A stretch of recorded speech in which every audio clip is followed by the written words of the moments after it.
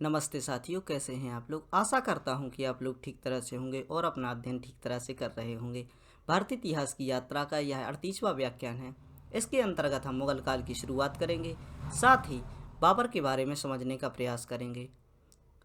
भारतीय इतिहास के यात्रा के 37वें व्याख्यान के अंतर्गत हमने समझा कि किस प्रकार इब्राहिम लोदी की नीतियों के कारण वह युद्ध में हारते हैं और जो कि बाबर के साथ होता है, यह युद्ध हारने के साथ ही इब्राहिम लोदी की मृत्यु हो जाती है और साथ ही दिल्ली सल्तनत का अंत हो जाता है। आज का व्याख्यान प्रारंभ करने से पहले आज के व्याख्यान की रूपरेखा को देख लेते हैं। हम मुगल काल की शुरुआत कर रहे हैं। जहीरुद्दीन बाबर के बारे में अध्ययन करेंगे कि किस प्रकार का इनका जीवन रहा, कैसे इन्होंने शुरुआत की और भारत पर आक्रमण किया। पानीपत के प्रथम युद्ध के बारे में अध्ययन करेंगे, जो कि ऐतिहासिक रूप से बहुत ही महत्वपूर्ण युद्ध है। इसने भारत का इतिहास बदल दिया और भारत में मुगल काल की शुरुआत की, और यह मुगल काल भारत की आज़ादी तक रहा। 1857 ईस्वी में हम देखते हैं कि बहादुर शाह जफर द्वारा, जो कि मुगल बादशाह रहते हैं, इनके द्वारा भारतीय शासन को स्थापित करने के लिए 1857 की क्रांति का नेतृत्व किया। खानवा के युद्ध के बारे में समझने का प्रयास करेंगे, जो कि बाबर का जो भारतीय क्षेत्र में दूसरा युद्ध था। चंदेरी का युद्ध, घाघरा का युद्ध, इन चारों युद्धों को समझने का प्रयास करेंगे। बाबर से आप बहुत कुछ सीख सकते हैं, जैसे कि इन्होंने अपने जो जीवन में युद्ध लड़े और चारों युद्धों में विजय हासिल की। इससे हम समझ सकते हैं कि किस प्रकार की स्ट्रेटेजी अपनाकर आप अपने लक्ष्य की पूरी पूर्ति कर सकते हैं। इन्होंने बड़ी आसानी से, हम देख सकते हैं कि इस प्रकार की इनकी जो तस्वीर है, यह अपनी आत्मकथा लिखते जाते थे और सरलतापूर्वक यह जो युद्ध करते थे, इन चारों युद्धों में एक के बाद एक हर वर्ष युद्ध किया करते थे। पानीपत का युद्ध 1526, 1527, 1528 व 1529 में जो युद्ध किए, चारों युद्धों में इनकी विजय हुई। और इस प्रकार हम देख सकते हैं कि किस प्रकार इन्होंने लक्ष्य निर्धारित किया और आप जीवन में एक स्ट्रेटजी बनाकर अपने लक्ष्य की पूर्ति कर सकते हैं। आइए आज का व्याख्यान प्रारंभ करते हैं इसी बात के साथ। हम देख रहे हैं फर्स्ट बैटल ऑफ पानीपत, जो पानीपत का प्रथम युद्ध हुआ, जो कि 1526 ईस्वी में हुआ था। इस युद्ध में इस प्रकार सेना आमने सामने थी। हम देखते हैं कि यह बाबर की सेना है और यहाँ पर यह लोदी की सेना है। इस प्रकार की स्ट्रेटजी से इन्होंने अपनी सेना को व्यवस्थित किया गया था। बाबर के द्वारा बहुत ही कुशल युद्ध नीति का प्रयोग किया गया था। इसके जितने भी सैनिक थे सारे प्रशिक्षित थे। और एक बात हम देखते हैं कि बाबर की जो सेना थी, इसमें सर्वप्रथम तोपों का प्रयोग किया गया था, जो कि युद्ध जीतने के लिए बहुत ही कारगर साबित हुआ। और हम देखते हैं कि लोदी की सेना बहुत ही विशाल सेना थी, जो कि भारत की ओर से लड़ रही थी। और जो इसके सामने बाबर की सेना थी, इसमें प्रशिक्षित लोग ज़्यादा थे और संख्या में लोदी की सेना, हम देखते हैं कि संख्या में लोदी की सेना ज़्यादा थी और इसमें प्रशिक्षित लोगों की संख्या थी। और इस प्रकार हम देखते हैं कि किस प्रकार यह जो युद्ध नीति होती है, इससे यह लोदी को पराजित कर देते हैं। युद्ध नीति की यह दूसरी तस्वीर, जिसमें हम देखते हैं कि लोदी की जो विशाल सेना थी, उसको किस प्रकार यह नीति बनाकर, घेरा बनाकर यह युद्ध में लोदी को धूल चटा देते हैं और पराजित कर देते हैं।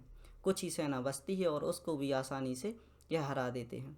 हम अब तक देखते आए हैं कि जो भारतीय सेना थी, इसमें शासक सबसे आगे हुआ करता था और इनकी जो नीति थी, इसमें जिसमें जिसमें जो आगे हुआ करता था, इसके कारण जब राजा की मृत्यु हो जाती थी और सेना वापस चली जाती थी, उनका मनोबल टूट जाता था।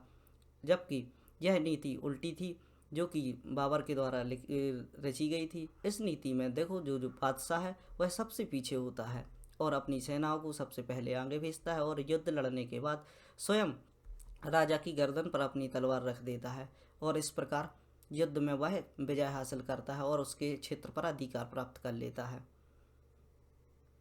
आइए समझने का प्रयास करते हैं बाबर के बारे में। बाबर का जन्म 14 फरवरी 1483 ईस्वी में काबुल के फरगना नामक रियासत में शेख मिर्जा के यहाँ हुआ। हम देखते हैं कि बाबर के शरीर में दो महान शासकों, जो महान वंश रहे, उनका खून था। एक चंगेज, जो कि इसकी माता थी, और पिता तैमूर वंशीय थे। दोनों का जो हम कह सकते हैं कि यह एक हाइब्रिड बीज था। दोनों ही जो महान वंश रहे, चंगेज व तैमूर, इनका खून इसमें बसा हुआ था। इन दोनों की जो विरासत थी, इसके डीएनए में ही थी। हम देखते हैं कि यह 11 वर्ष की आयु में शासक बनता है। 11 वर्ष की आयु से ही इसे शासक का पद मिल जाता है और यह बहुत ही प्रशिक्षित होता है, और जो कि अपने पूर्वजों से शिक्षा धारण कर कर अपने शासन को चला रहा था। हम देखते हैं जो बच्चे महान लक्ष्य के साथ अपने लक्ष्य की ओर बढ़ते हैं, महान जो या ऐसे छात्र होते हैं जो अंत में विजय हासिल करते हैं या देश में अपना नाम करते हैं, वह बचपन से ही हम्बल बैकग्राउंड के होते हैं, बचपन से ही ऐसे होते हैं कि उनमें ऐसे लक्षण दिखाई देने लगते हैं। अतः 11 वर्ष की आयु में यह शासक बन जाते हैं और यहाँ से ही इनकी प्रैक्टिस चालू हो जाती है। हम देखते हैं कि 11 वर्ष की आयु, इतनी आयु में हम 5वीं व 6वीं का एग्ज़ाम देते हैं और यह शासक बन चुके हैं, और यहाँ से ही ये अपनी टीचिंग्स पढ़ रहे हैं और अपना ज्ञान अर्जित कर रहे हैं। बाबर ने अपने पिता की मृत्यु के पश्चात फरगना के राज सिंहासन पर बैठा। जब इनकी पिता की मृत्यु हो जाती है तो यह फरगना के सिंहासन पर बैठ जाते हैं और बाबर ने बादशाही की प्रथा शुरू की, जिसके तहत बादशाह की उपाधि धारण की। हम देखते हैं कि जो बादशाह की उपाधि है वह बाबर के द्वारा धारण की गई थी। बाबर ने अपनी उदारता के कारण, बाबर वह उदार चरित्र का था, यह उदारता के लिए जाना जाता था, इसलिए इसको कालंदर भी कहा जाता था। बाबर ने फरगना में चतगाई वंश की नींव डाली थी। जो चतगाई वंश किससे संबंधित है, प्रश्न पूछ लिया जाता है, तो चतगाई वंश की नींव बाबर द्वारा डाली गई थी। बाबर ने सर्वप्रथम काबुल पर आक्रमण किया, जो भारत के उत्तर पश्चिम क्षेत्र में काबुल क्षेत्र है, उस पर इसने अधिकार किया एवं इसने 1504 ईस्वी में काबुल पर अधिकार स्थापित कर लिया था। बाबर के संबंध में महत्वपूर्ण जानकारी बाबर की आत्मकथा, जैसा कि हम देख चुके हैं कि ये बाबर की जो आत्मकथा है, ये हाथ में एक बुक लिए हुए हैं। यह बचपन से ही बुक्स लिखने के शौकीन थे और जो भी इनके जीवन की घटनाएं थी वह अपनी आत्मकथा लिखते जाते थे, जिसका जो भी घटनाएं जो इनके द्वारा लिखी गई उनका संकलन बाबर की जो आत्मकथा है उसमें किया गया है, जिसका नाम बाबरनामा है। यह बाबरनामा के नाम से ही अपनी जो आत्मकथा है वह लिख रहा था। इसे बाबर ने तुर्की भाषा में लिखा था एवं बाद में इसका जो फारसी में अनुवाद है वह अब्दुल रहीम, जो मुगल काल में अब्दुल रहीम खाना रहे, उनके द्वारा इसका फारसी में अनुवाद किया गया। बाबर के 4 पुत्र थे, जिनमें हुमायूं, कामरान, हिंदाल, अस्करी व पुत्री गुलबदन बेगम थी। हम देखते हैं कि बाबर के बाद जो शासक बनता है वह हुमायूं बनता है। बाबर का भारत के विरुद्ध प्रथम अभियान 1519 ईस्वी में यूसुफजाई जाति के विरुद्ध हुआ था। जो हम देखते हैं कि जो बाबर का पहला युद्ध जो कि भारत के विरुद्ध होता है वह 1519 ईस्वी में यूसुफजाई जाति के विरुद्ध होता है, और यहाँ से भारतीय क्षेत्र के जो शासक थे उनके लिए जानकारी मिल जाती है कि यह जो शासक है बहुत ही कुशल है, बहुत ही कुशलतापूर्वक युद्ध लड़ते हैं और युद्ध के द्वारा यह विजय भी हासिल कर चुके हैं। बाबर ने 1519 ईस्वी में बाजौर और भेरा भारतीय क्षेत्रों पर अधिकार किया। हम देखते हैं कि जो यूसुफजाई जाति है इसको पराजित करने के बाद यह भारत 1519 ईस्वी में भारत के 2 क्षेत्रों पर अधिकार करते हैं, जो कि बाजौर व भेरा होते हैं। 1526 ईस्वी में होते हुए यह जो 1526 ईस्वी में इन्होंने जो युद्ध अभियान किए, 1526 ईस्वी में इनके युद्ध अभियान में हुमायूं इनके साथ था। इनकी स्ट्रेटेजी हम देख सकते हैं कि जिस प्रकार इन्होंने शासन किया, यह पहले से ही नीति बनाए रखे हुए थे कि हमारे जो भी वंशज आएंगे, जो भी आगे पीढ़ियाँ आएंगी, वह भारत पर अधिकार करेंगी, और हुमायूं को यह साथ लेकर युद्ध लड़ रहे हैं। जो कि 1526 का जो अभियान रहा, इसमें यह जो हमने युद्ध नीति पढ़ी, जो कि जिसकी हमने पिक देखी हुई है, उसमें उस अभियान में यह हुमायूं इसके साथ ही था, और बाद में चलकर हम देखते हैं कि हुमायूं यहाँ का शासक बनता है। जानकारी बहुत महत्वपूर्ण है, इसलिए एक बार फिर से इसका रिवीजन कर लेते हैं। बाबर का जन्म 14 फरवरी 1483 ईस्वी में होता है। इसमें 2 महान वंशों का खून था। इसकी माता चंगेज एवं पिता तैमूर वंशीय थे। इसका जो शासक बनता है यह 11 वर्ष की उम्र में ही शासक बन जाता है और अपने पिता की मृत्यु के बाद फरगना के राज सिंहासन पर बैठता है और बादशाही की प्रथा को प्रारंभ करता है। अपनी उदारता के कारण इसे कालंदर कहा जाता है और जो चतकाई वंश है इसकी नींव बाबर द्वारा डाली गई थी।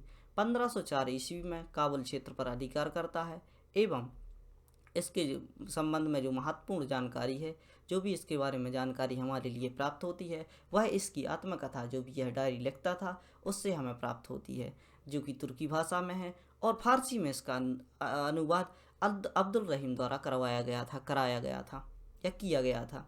इसके 4 पुत्र थे एवं एक पुत्री थी। 4 पुत्रों में से चारों के नाम, एक का नाम था हुमायूं, कामरान, हिंदाल, अस्करी व पुत्री का नाम था गुलबदन बेगम। बाबर का भारत के विरुद्ध जो अभियान होता है वह 1519 ईस्वी में होता है, जो कि यूसुफजाई जाति के विरुद्ध होता है। 1519 में यह भारतीय क्षेत्र बाजा और बाभेरा पर अधिकार कर लेते हैं। यहाँ से भारतीय शासकों के बारे में इसके बारे में जानकारी प्राप्त होती है और यह इब्राहिम लोदी के विरुद्ध इनको यह न्योता देते हैं कि आप इब्राहिम लोदी के साथ युद्ध कीजिए और भारतीय क्षेत्रों पर यह अधिकार कर लेता है। बाद में 1526 ईस्वी के अभियान में हम देखते हैं कि यह अपने पुत्र को साथ में लाकर उसको भी प्रशिक्षित करता है कि आपको किस प्रकार के युद्ध लड़ने हैं।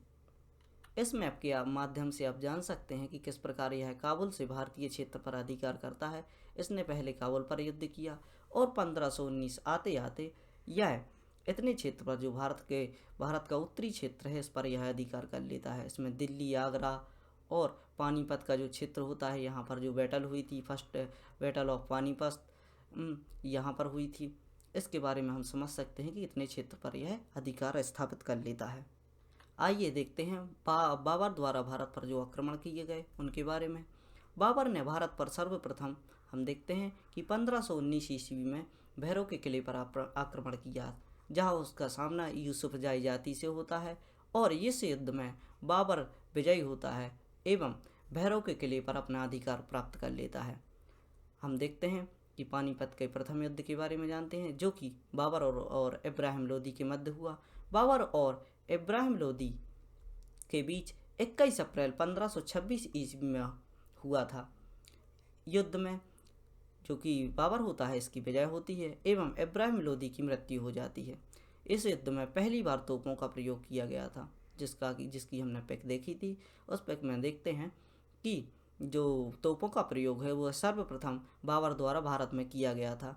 तोपों को सजाने की प्रथा उस्मानी विधि का प्रयोग किया जाता था। याद रखिए, उस्मानी विधि के द्वारा तोपों को सजाया जाता था। इस युद्ध में बाबर ने तुलगामा पद्धति एवं तोपों को सजाने की उस्मानी पद्धति का प्रयोग किया था। जो तुलगामा पद्धति है, जो कि हम जिस प्रकार इनकी सेना व्यवस्थित जो बैटल ग्राउंड में थी उनके बारे में हम देख सकते हैं, उसको तुलगामा पद्धति कहा जाता है एवं तोपों को सजाने की पद्धति को तोपों को सजाने की जो पद्धति उसको उस्मानी पद्धति कहा जाता है। इस युद्ध में इसके 2 प्रमुख तोपची थे, एक थे उस्ताद अली और दूसरे थे मुस्तफ़ा। युद्ध की शुरुआत में हम देखते हैं जब इसका मुकाबला इब्राहिम लोदी के साथ होता है तो विशाल सेना इस पर टूट पड़ती है और विशाल सेना होने के कारण जो कि इनके सैनिक होते हैं उनका मनोबल टूटने लगता है और यह बाबर से बोलते हैं कि इस प्रकार तो हमारा जो युद्ध है हम हार जाएंगे। और इसके बीच में ही इसके जो 2 तोपची होते हैं उस्ताद अली और मुस्तफ़ा, यह जो तोप से गोली दागना प्रारंभ करते हैं और तोपों का प्रयोग किए जाने से यहाँ की सेना अस्त व्यस्त हो जाती है। वह जो भारतीय सेना होती है और अफगानी जिसमें सैनिक मौजूद हुआ करते हैं वह तोपों के प्रयोग होने के कारण अस्त व्यस्त हो जाती है, क्योंकि यह जो तोपों का प्रयोग है वह पहली बार भारत में हो रहा था। अतः उसको देखकर यह अव्यवस्थित हो जाते हैं और यह युद्ध जीतने में सफल होते हैं। आइए जानकारी लेते हैं बाबर के दूसरे और प्रमुख युद्ध, जो भारत पर किए गए बड़े युद्धों में से एक था खानवा का युद्ध। यह है संग्राम सिंह, जिन्हें राणा सांगा के नाम से जाना जाता है और उस समय इनका जो अधिकार है वह चित्तौड़ दुर्ग पर हुआ करता था। खानवा का युद्ध 15 मार्च 1527 ईस्वी में आगरा के निकट खानवा के मैदान में बाबर व राणा सांगा जो कि संग्राम से थे इनके बीच में होता है। इस युद्ध में राणा सांगा पराजित हो जाते हैं। एक इनके बारे में छोटी सी स्टोरी समझ लेते हैं कि राणा सांगा की जो योजना थी वह जो बाबर को यह सोचते थे कि जो बाबर है वह दिल्ली को लूटकर वापस चला जाएगा, तब लोदी है वह अयोग्य साबित होंगे, जो कि इब्राहिम लोदी हैं वह अयोग्य साबित होंगे और दिल्ली की जो राजगद्दी है उसको छीनकर वह दिल्ली को केंद्र बनाकर हिंदू राज्य की स्थापना करेंगे। हम देखते हैं कि इब्राहिम लोदी के साथ संग्राम सिंह का एक युद्ध हुआ था। उस युद्ध में जो इब्राहिम लोदी थे वह पराजित हो गए थे और यह इनकी सत्ता दिल्ली तक सीमित थी। चूँकि यह युद्ध इब्राहिम लोदी के द्वारा स्वयं से किया गया था, अतः अगर यह युद्ध संग्राम सिंह के द्वारा दिल्ली पर किया जाता तो इस युद्ध में यह विजय हासिल करते और दिल्ली पर अपना अधिकार कर लेते। चूँकि इब्राहिम लोदी द्वारा चित्तौड़ पर जो इनके क्षेत्र पर जो युद्ध किया गया था उसमें इब्राहिम लोदी पराजय होती है, यह वापस लौटकर दिल्ली आ जाता है और इसकी पर जो डिस्प्यूट होता है, जो युद्ध होता है, वह पानीपत का युद्ध होता है बाबर के साथ। और इनकी जो नीति थी कि इस युद्ध में यह इसको पराजय तो वैसे ही होगी और यह जो बाबर है वह दिल्ली को लूट कर चला जाएगा और कमज़ोर स्थिति का फ़ायदा उठाते हुए यह दिल्ली पर अधिकार कर लेंगे और एक हिंदू राज्य की स्थापना होगी। चूँकि इसका उलट होता है, यहाँ पर बाबर मुगल साम्राज्य की स्थापना कर देता है और संग्राम सिंह की यह नीति असफल हो जाती है। संग्राम सिंह की इस नीति से यह जो बाबर था वह परिचित था और इस नीति के चलते यह जो दूसरा युद्ध करता है, जो पानीपत के प्रथम युद्ध के बाद दूसरा खानवा का युद्ध करता है, इसी नीति के कारण जो संग्राम सिंह के विरुद्ध करता है। आइए देखते हैं आगे। संपूर्ण भारत पर हिंदू राज्य स्थापित करने के जो सपना था वह राणा सांगा ने देखा था। इस युद्ध के कारण इनका यह सपना टूट जाता है।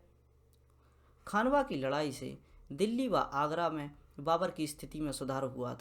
हम देखते हैं कि इनका जो खानवा का युद्ध होता है जिसमें बाबर की विजय होती है, तो इतने बड़े जो साम्राज्य था, चित्तौड़ एक बहुत विकसित क्षेत्र हुआ करता था। इसमें खानवा के युद्ध में यह संग्राम सिंह को जब पराजित कर देते हैं, तब ऐसी स्थिति में इनकी जो स्थिति है वह बहुत ही सुदृढ़ हो जाती है। वह दिल्ली आगरा क्षेत्र पर अपना साम्राज्य स्थापित कर लेते हैं।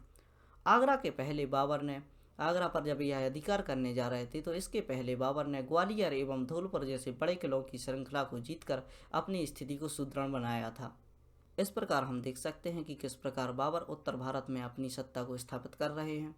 और आगे देखते हैं हम इनके बारे में। यह देख सकते हैं आप चित्तौड़ दुर्ग, जो कि राजपूतों की शान रहा है। बहुत ही लंबे समय तक यहाँ पर राजपूतों ने शासन किया और आखिरी समय तक इनका ही यहाँ पर शासन रहा। हालांकि इस दुर्ग ने कई युद्ध देखे, लेकिन यहाँ पर जो राजनीतिक स्थिति है वह किसी और शासक की बस की बात नहीं थी, अतः यहाँ पर राजपूतों ने ही शासन किया। आइए बात करते हैं तीसरे और बड़े युद्ध चंदेरी के युद्ध की। चंदेरी का युद्ध बाबर एवं मालवा के शासक मेदिनी राय के बीच 29 जनवरी 1528 ईस्वी में चंदेरी के मैदान में हुआ। इस युद्ध में मेदिनी राय को पराजय का सामना करना पड़ा। खानवा का युद्ध के बाद जब राजपूतों की शक्ति नष्ट नहीं हुई थी, हम देखते हैं कि खानवा के युद्ध के बाद भी हम देखते हैं कि भारतीय क्षेत्र पर राजपूतों की स्थिति बनी हुई थी। इस चीज़ को देखकर जो बाबर होता है वह अस्त व्यस्त रहता है और इस स्थिति को नष्ट करने के लिए यह बाबर चंदेरी के शेष राजपूतों को हराने के लिए यह चंदेरी पर युद्ध करता है। युद्ध में पराजित होने के बाद मेदिनी राय ने बाबर की अधीनता स्वीकार कर ली एवं चंदेरी की जो महिलाएं थी उन्होंने जौहर स्वीकार करके सामूहिक आत्मदाह कर लिया। चंदेरी को प्राप्त करने के बाद बाबर द्वारा की गई चंदेरी को प्राप्त करने के बाद इसके द्वारा जो किला था यहाँ का उसकी मांग की गई और जो कि चारों ओर से पहाड़ियों से घिरा हुआ था। जो चंदेरी का क्षेत्र होता है वह बहुत ही प्रमुख होता है और यहाँ पर एक किला होता है जो चारों ओर से पहाड़ियों से घिरा होता है। यह युद्ध नीति के या अपने आप को संभाल कर रखने या छिपने के लिए बहुत ही महत्वपूर्ण किला था और इसकी मांग जो कि बाबर है इनके द्वारा की गई थी। बाबर ने प्रण लिया था कि चंदेरी पर अधिकार करके ही रहूँगा। चूँकि यह जो पहाड़ियों से घिरा हुआ क्षेत्र था, इसमें सेना एवं युद्ध सामग्री ले जाना संभव नहीं था। और यहाँ हम देखते हैं कि उसने एक ही रात में अपनी सेना के माध्यम से पहाड़ी काट डालने का अविश्वसनीय कार्य कर डाला। और हम देखते हैं कि एक ही रात में सेना पहाड़ी में ऐसी दरार बना देती है कि इससे होकर बाबर की पूरी सेना किले के ठीक सामने खड़ी हो जाती है। आइए अच्छे से समझने का प्रयास करते हैं।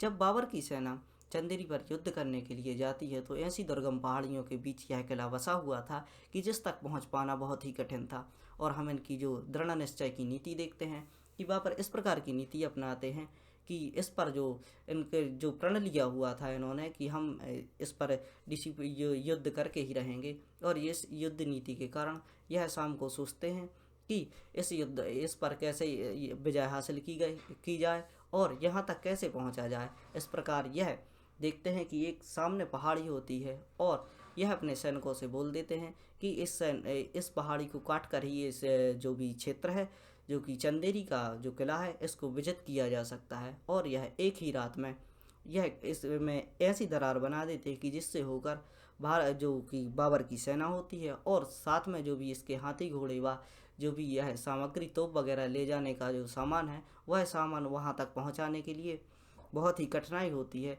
अतः जब यह दरार बना देते हैं तो पूरी सेना के साथ जो इनकी सामग्री है वह किले के ठीक सामने तक पहुंच जाती है और यह यहाँ जाकर युद्ध प्रारंभ करते हैं और युद्ध में मेदिनी राय से युद्ध कर कर यह विजय हासिल करते हैं। आइए एक बार रिवीजन करते हैं चंदेरी के युद्ध का। चंदेरी का युद्ध मालवा के शासक मेदिनी राय व बाबर के मध्य होता है, जो कि 29 जनवरी 1528 ईस्वी में चंदेरी के मैदान में होता है। इसमें मेदिनी राय पराजित होते हैं। खानवा के युद्ध के बाद राजपूतों की जो स्थिति थी वह नष्ट नहीं हो पाई थी एवं यह जो राजपूतों की स्थिति थी उसको नष्ट करने का प्रण जो कि बाबर द्वारा लिया गया था, और इसको पूरा करने के लिए यह मेदिनी राय पर आक्रमण करते हैं। और हम देखते हैं कि इस आक्रमण में जब इनकी विजय होती है तो जो मेदिनी राय होते हैं वह बाबर की अधीनता स्वीकार कर लेते हैं और यहाँ की जो महिला हैं वह जौहर स्वीकार करके सामूहिक आत्मदाह कर लेती हैं। चंदेरी को प्राप्त करने के बाद इनके द्वारा किले की मांग की जाती है और किले के एवज में यह अन्य किले भी उसको देने के लिए तैयार थे, लेकिन युद्ध के बाद किले को प्राप्त करने के लिए एक जो युद्ध होता है इसमें यह जो कि पहाड़ियों से घिरा हुआ क्षेत्र होता है, एक पहाड़ी में दरार बनाते हैं और अपनी सेना के साथ जो कि किला होता है उसके सामने खड़े हो जाते हैं और उस पर यह विजय हासिल कर लेते हैं। आप देख सकते हैं यह है चंदेरी का किला, जो कि महत्वपूर्ण क्षेत्र में बसा हुआ है एवं यहाँ जो चंदेरी क्षेत्र है यह साड़ियों के लिए बहुत फेमस है। आइए हम बात करते हैं बाबर के चौथे अटेम्प्ट यानी चौथे युद्ध के बारे में, जो कि 6 मई 1529 ईस्वी में हुआ था। यह युद्ध बंगाल व बिहार के जो अफगान शासक थे महमूद लोदी एवं जो बाबर के सेनापति थे नुसरत शाह के बीच घाघरा के मैदान में हुआ था। बाबर ने बंगाल एवं बिहार की संयुक्त सेना को परास्त किया एवं इस युद्ध में बाबर की विजय हुई। इस युद्ध की विशेषता यह थी कि यह जो युद्ध था वह जल व थल दोनों ओर से लड़ा गया था, जो कि हम देखते हैं कि जो बंगाल का क्षेत्र है यह समुद्र से लगा हुआ क्षेत्र है। अतः नौसेना के द्वारा जो मुगल काल की जो नौसेना थी उसके द्वारा भी यह युद्ध लड़ा गया एवं जो कि थल सेना थी, थल सेना तो प्रमुख ही होती है युद्ध में, उसके द्वारा यह युद्ध लड़ा गया। 26 दिसंबर 1530 ईस्वी में बाबर की मृत्यु हो जाती है। जो घाघरा का युद्ध है इसके बारे में एक दो ही बातें प्रमुख हैं। यह युद्ध बंगाल व बिहार के जो अफगान शासक थे महमूद लोदी यहाँ पर शासन किया करते थे, इनके तथा नुसरत शाह जो कि बाबर के सेनापति थे, इनके बीच घाघरा के मैदान में युद्ध हुआ, जो कि घाघरा के युद्ध के नाम से जाना जाता है। बंगाल व बिहार के मध्य जो संयुक्त सेना थी इसको इसने पराजित किया। इसकी जो प्रमुख बात थी यह जल व थल दोनों से लड़ा गया था। 26 दिसंबर 1530 ईस्वी का वह समय होता है, जो कि घाघरा के युद्ध के एक वर्ष बाद का ही जो समय है। इस समय पर बाबर की मृत्यु हो जाती है। प्रारंभ में इसे आगरा में दफनाया गया, लेकिन यह जो कि जब अपनी मृत्यु से पूर्व ही यह बोल चुके थे कि इनको जो इनकी इच्छा थी कि इनको यहाँ ना दफनाकर काबुल में दफनाया जाए। अतः मृत्यु के बाद इनको वापस खोदकर इनकी इच्छा अनुसार काबुल में दफनाया गया। बाबर ने सड़कों को नापने के लिए एक पैमाना बनवाया था जिसका नाम था गज ए बाबरी। बाबर ने सर्वप्रथम सुल्तान की परंपरा को तोड़कर बादशाह की परंपरा अपनाई थी। हम देखते हैं कि जो भी यहाँ पर शासक हुए दिल्ली सल्तनत के, वह अपने आप को सुल्तान घोषित किया करते थे, लेकिन इसने सुल्तान की प्रथा है उसको समाप्त किया और इसको तोड़कर बादशाह की परंपरा अपनाई। बाबर ने मुसलमानों पर लगने वाला तगमा कर को समाप्त कर दिया। जो तगमा कर मुसलमानों पर लगाया जाता था वह इसने समाप्त करवा दिया था। बाबर ने खानवा के युद्ध में विजय के बाद गाजी युद्ध धर्म एवं धर्म प्रचार की उपाधि धारण की। जब खानवा का युद्ध होता है, इसका जो भारत का प्रमुख और दूसरा युद्ध था, इस युद्ध के बाद इसने गाजी की उपाधि धारण की थी। बाबर ने सैनिकों का मनोबल बढ़ाने के लिए जिहाद, इस्लाम की रक्षा के लिए धर्म युद्ध का नारा दिया।